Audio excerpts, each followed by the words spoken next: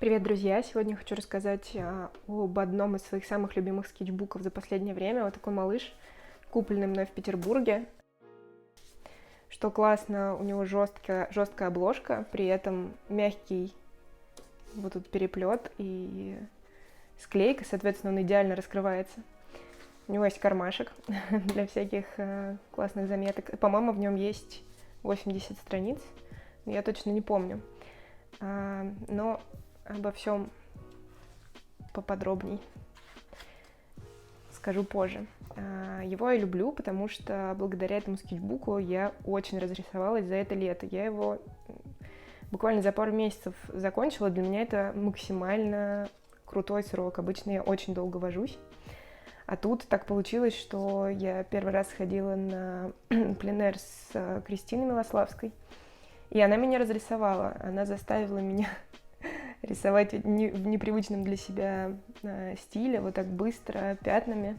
Плюс ко всему я купила карандаши, и этот материал позволил мне наконец-то быть смелой в своих скетчбуках. Обычно я все очень аккуратненько вырисовываю, но тут я лепила вообще как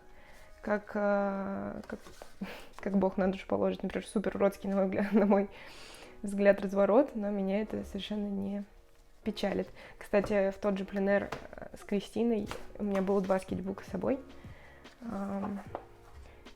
Мы рисовали это в музеоне с живых пионов. И, в общем, тут тоже не влезает. Это большой акварельный скетчбук. В общем, пробовала рисовать сразу в 2 одновременно, тоже очень клевый экспириенс. В общем, на этом пленэре я поняла, что скетчбук клевый, надо брать, плотная бумага, все выдерживает, и на следующий буквально день я уехала в Териберку и взяла его с собой. Взяла его и карандашики. Ну и акварель, всегда акварель у меня с собой, в общем, совершенно не прогадала. Невесомый товарищ, который помещается в любой карман, пару карандашей с собой, и вот у меня куча зарисовок за время поездки. Я ужасно довольна, потому что обычно я рисую мало, пока разложишь все свои большие скетчбуки, пока все тебя дождутся, в общем, всегда стресс, а тут я просто его вытаскивала, как шпион из-под тишка, быстренько рисовала и бежала дальше. Очень круто он выдерживает и акварель, причем бумага не волокнится, не волнится, ничего с ней не происходит. Выглядит клево.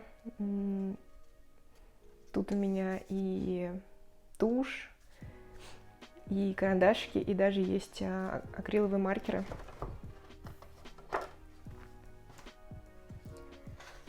Такие штуки. Блин, хочется поближе показывать. Да, он, конечно, со временем сам скетчбук разошелся таким образом. Меня это вообще нисколько не смущает. Наоборот, чем более живой сам скетчбук, тем меньше мне страшно в нем рисовать. И мне кажется, для скетчбука, как для рабочей тетради, это вообще самое лучшее, что можно придумать. Заброшенный домишко. В конце поездки у нас был фридайвинг в Баренцевом море, это было восхитительно. Много писанины, в общем, отличительная особенность фридайвинга в Баренцевом то, что сразу же ребята привыкли развлекать всех туристов крабами, а мне, вытаскивая их со дна на сушу, меня, конечно, это очень смутило, но суровые нравы. В общем, мне показалось, что краб должен думать как-то так. Его уже скетчила по пути домой в самолете. Тут какие-то заметки. О, да. Инсайтик. Какие-то заметки. В общем, еще что классно в этом скетчбуке, в нем дофига страниц, и мне не жалко было тратить ни единой ради каких-то своих заметок. Вот, например, вот в этом скетчбуке тоже вроде страниц много, но не очень плотные. Это хлопок 300 грамм, очень дорогой. Конкретно этот не очень, но тем не менее гораздо дороже, чем вот это. И туда уже просто так не поскетчишь, не позаписываешь и не попортишь бумажку. Хочется там делать сразу что-то серьезное, по крайней мере, в моей голове есть такая установка. А вот в этом же скетчбуке я могла себе позволить вообще уйти во все тяжкие. Это мы ходили с моими студентами строгановскими скетчить в музей. Это была их летняя практика. Я давала задания и тоже немножко отрывалась, рисуя. В этом скетчбуке мне ужасно нравилось миксовать тушь, акриловый маркер, карандаш, акварель. В общем, все сразу просто замес. Мне очень нравится, как это смотрится, быстро, весело, не напряжно. На каждый скетч, буквально на каждый разворот у меня уходило 10, 15, максимум 20 минут. Они на самом деле все очень быстрые, все очень лихие. Никакой детализации, просто фан. Это я была в музее «Гараж», и передо мной сидели девушки, несколько подруг, и одна такой альфач, который говорила просто бесконечно, и эти девчонки уже просто заскучали, потому что блондинка не давала им сказать ни слова. Я втихаря их успела заскетчить, но в таких ситуациях всегда очень сложно скетчить так, чтобы тебя никто не заметил. Миша в черноголовке. Дальше мы поехали с друзьями на Селигер, и я так просто совместила оба рисунка, на самом деле. Мне нравится, когда одно перетекает в другое. У меня буквально получился дневник моего лета, потому что постоянно мы куда-то ездили, и я старалась фиксировать даты. Мы ездили с ребятами, с их детишками. Очень смешной Арсений, который отмачивал всякие шуточки. Это папки детей. Руслан обгоревший, сгоревший неистово. Сперва их нарисовала, практически нормально, а потом мне захотелось все-таки как-то деформировать их фигуры, чтобы это было более, не знаю, курьезно, что ли. И зарисовала. То есть иногда я делаю несколько попыток одной зарисовки, чтобы для себя же что-то понять. Детишки. Люблю все-таки черный контур, люблю обводить тушью и пером. Это делает сразу весь рисунок каким-то невероятно милым, мультяшным, на мой вкус. Но просто карандашные тоже круто. Это быстро, это очень... Вообще карандаш, я раньше особо не рисовала цветными карандашами, но сейчас поняла, что в этом есть очень большая смелость. То есть мне не нужен ластик, я просто рисую, ищу форму по ходу дела, искривляю ее, и мне вообще отлично с этим живется, с этой скоростью рисования. Тут Андрей сел и попросил нарисовать его в стиле шеле. Я попыталась. И это Любик, моя подруга, которая, собственно, нас позвала. Такая замученная получилась на этом скетче. Это Веня, ее сестра. И Арсений. Венин сын, но мне почему-то захотелось его нарисовать как пришельца. Там полил адский ливень, детишки все заверещали, понадевали дождевички, было, в общем, весело. Ну, взрослым точно было весело. И это малявочка Лера. Позировала для мамы, собственно, Любика она тоже рисует. Люба сидела здесь, рисовала... Господи, это Вася. Блин, все, я вообще... Все в моей голове спуталось. Василиса. В общем, Люба рисовала Васю с этой стороны, а я быстро схватила материалы, и вот где сидела, с того ракурса и наскетчила. А вот дальше как раз Лера, младшая сестра Васи. Васе, мне кажется, лет 5, не больше, а Лере пару лет. И она взяла мой скетчбук, уверенно начала в нем рисовать, мне ужасно нравится. И это следующая наша вылазка с студентами строгановскими. Мы опять ходили скетчить зверей в музей. В музее всегда можно подслушать какие-то удивительные разговоры. Я их иногда фиксирую. Просто как наблюдение, заметки окружающей действительности. Это ужасное количество лосиных голов подряд расположенных. Довольно все это жутко, но тем не менее, где еще художникам практиковаться, рисовать с натуры такое количество зверей. Я давала задание студентам рисовать правой рукой, левой рукой, двумя руками одновременно, рисовать 10 минут, 3 минуты, 1 минуту. В общем, мы по-всякому развлекали наш мозг. Это я уже вернулась домой в Черноголовку. К нам приехали друзья из Питера. Это Ната и Полянчик. У Наты вон все руки в моих татуировках. Почти в моих. А вот у Полянчика абсолютно все татуировки мои, кроме одной, которую Миша делал. О, это еще один пленэр с Кристиной. Тут мы уже рисовали не пионы, а архитектуру. И пробовали разные задания, рисовать контрформы, как, например, здесь. Это мы были на арме. Придумать какие-то рамки, какие-то прикольные композиционные решения. Рисовать тушью. Мне очень нравится вот этот момент. Тоже чисто рисование контрформы. Здесь надо было, конечно, также по-хорошему оставить. Ну и черная заливка прикольно вышла. Вот этот лист, разворот, вернее, тоже мне очень нравится. Пожалуй, мне нравится, как получилась листва. Такая у нее классная форма, стремящаяся наверх в разные стороны. Милый куст. Ой, это, конечно, рамка много добавляет. Тут важный момент, что она должна быть именно на заднем плане. И чтобы показать, что на заднем плане, я как можно больше предметов вытаскиваю за границы этой рамки. Тогда в этом есть смысл. Если все предметы зарисовать внутри, будет просто уютная картинка с рамочкой. Ну, будет немножко другое ощущение от работы. После пленэра я встретилась с подругой, и пока мы сидели в кафешке, я не могла успокоиться, продолжила рисовать.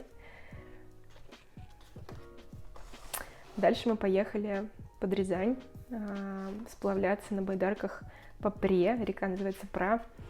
И тут максимально быстрый скетчинг, не знаю, за 1,5 минуты, наверное. Потому что мы же были всегда в движении.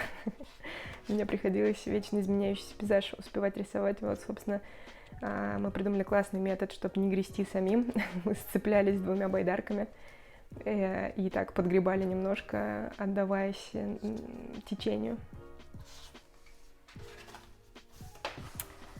Это я послушала какую-то лекцию или интервью. Еще не поздно, Татьяна Черниговская. Блин, конечно, потрясающая женщина. Если вы еще не, обязательно посмотрите. У меня она получилась очень, мягко сказать, неприятной и не похожей на себя, но мне действительно нравится этот скетч своей живостью. Вот этот вот не нравится вообще, а вот этот, из-за того, что я белый оставила прям, цвет оставила белым листом бумаги, и мне нравится цвет. В общем, тут есть, не знаю, видно ли это через видео, но тут есть довольно прикольные моменты, именно как себя материал повел. Если абстрагироваться, что это живой человек, который на себя не похож, то мне, в принципе, этот разворот нравится. Дальше я продолжила смотреть с ней лекции и сделала ее еще более страшной. Я приношу извинения Татьяне, но вряд ли она когда-нибудь увидит это видео и мой разворот скетчбука, так что я не очень переживаю. Ася Казанцева тоже вроде не очень на себя похожа, но, кстати, я хотела вот что еще сказать в свое оправдание, в принципе, как наблюдение. Эти скетчи я делала без остановки видео, то есть у меня была не статичная картинка, эти люди постоянно двигались, постоянно говорили, постоянно меняли ракурс. В этом сложность, но в этом и веселье, поэтому я не очень переживаю, что они не похожи, мне было интересней просто поймать эту, волну какую-то. Это тоже из каких-то ютубных разговорчиков и интервью. А это Игнат делает стойку. Лиза с Игнатом, мои друзья, приезжали в гости. И просто здесь оставалось место. Я решила, почему бы и нет. Раз уж такой стилизованный получился разворотик. А вот, собственно, и Лиза. Ну, как вы поняли, они акробаты еще те.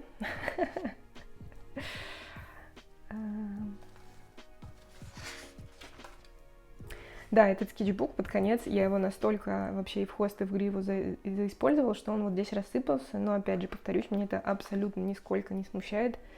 Это было ожидаемо, предсказуемо и прочее, и мне это даже нравится. Это сбавляет груз ответственности, что ли, убирает с моих плеч, и я больше не так сильно переживаю о том, что какой-то из разворотов не получился условным шедевром. Ну, не получился, и ладно, ничего страшного. Это мы с ребятами ели, пили. К нам приехали Даня с Натой, к сожалению, они в это время болели, поэтому все время сидели, то есть они вроде были с нами, но держали дистанцию метрах в 5-6, сидели в сторонке. Это тоже что-то из увиденного, подсмотренного. Ну, как видите, это все такие прям пару-минутные набросочки. От того, так быстро этот скетчбук зарисовывался. Вот еще Ната с Даней. Это мы поехали на карьер. В Черноголовке. Ребята все в моих татухах.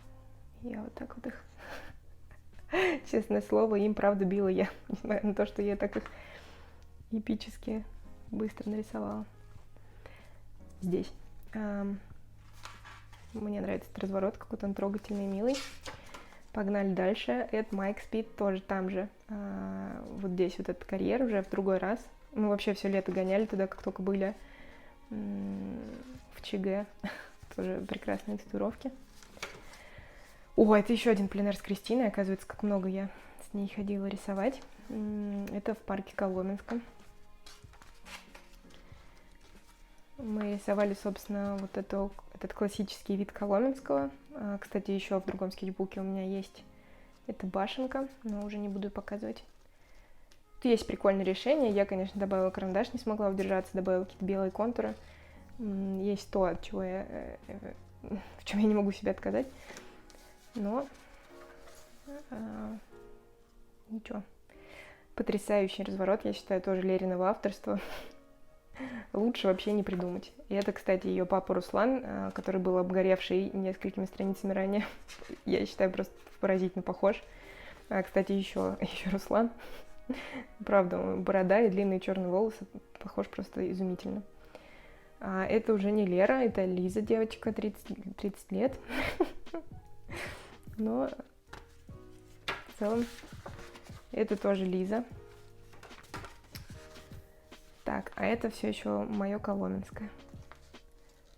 Это мы забежали в кафешку, и мне захотелось не дорисовывать башенку, а рисовать девчонок вокруг. И это был потрясающий день, когда я ехала одна на тачке, абсолютно свободный день, классная погода. Я ехала домой, у меня было куча времени, и я подумала, а чего бы мне не порисовать. Остановилась напротив этого здания, абсолютно пусто было, раскрыла заднюю крышку пикапа, устроила там рабочий стол, разложила акварель и просто потрясающе порисовала, поскетчила. Вообще ни души вокруг, просто получила колоссальное удовольствие. Это еще Майк. У меня везде такой суровый. Это просто значит, что он задумчивый. Когда он думает, он все время с таким лицом. А когда он думает и с таким лицом, его легко рисовать. Это ужасная страшилка Карл. Моя сестра взяла породу Пти Брабансон, кажется, называется. Порода собак. В общем, когда я его первый раз увидела, вот в этом возрасте, он был вот такой крошечный, просто маленькая фасолька, помещающаяся на руке, с этими своими пучеглазыми глазками. У меня, конечно же, просто ужасно получилось. Но здесь более-менее похоже. Ну ничего, я тоже думаю, что Карл не увидит этот разворот и не сильно будет на меня обижаться. И это арт-объект Мишин в Черноголовском лесу. Мне нравится, как получилось, потому что, собственно, суть арт-объекта в том, что это такой лайтбокс, подвешенный к дереву, светящийся. И мы пошли это делать в ночи, как настоящие стрит-артеры. Но мне нравится, как получилась текстура этого дерева на переднем плане. Ну и вообще такая атмосфера темного леса, по-моему, передалась, поэтому я довольна. Это я просто рисовала какую-то рандомную фотографию из своей папки, которая называется что-то типа «Когда-нибудь нарисовать», «To draw in future», ну, в общем, как-нибудь так. Наверное, у всех художников есть такие папки. Когда у меня нет идей, я просто открываю первую попавшуюся картинку там, потому что когда-то мне эти картинки понравились, и рисую. И тут я нарисовала в акварели, получился отстойно, я подумала, попробуй-ка в карандашах. В карандашах получилось сильно лучше. О, это, кстати, тоже из той же папочки, прекрасные африканские женщины. Сперва нарисовала их, а потом добавила еще кучу всего. Мгм. Так, погнали дальше. О боже, последний пустой разворот. Некуда дальше гнать. Вот и все. Собственно, вот весь скетчбук, оказывается.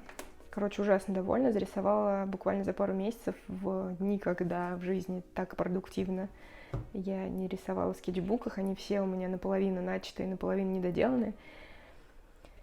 Что хочу сказать, all in all, классность в том, что он маленький, он легкий, в нем много страниц, он круто открывается, его не жалко, он стоит дешево, короче, одни плюсы. Рекомендовано. Эти ребята не знают, что я про них рассказываю, это не реклама, просто мне правда нравится такой формат. Все, спасибо и до скорых встреч.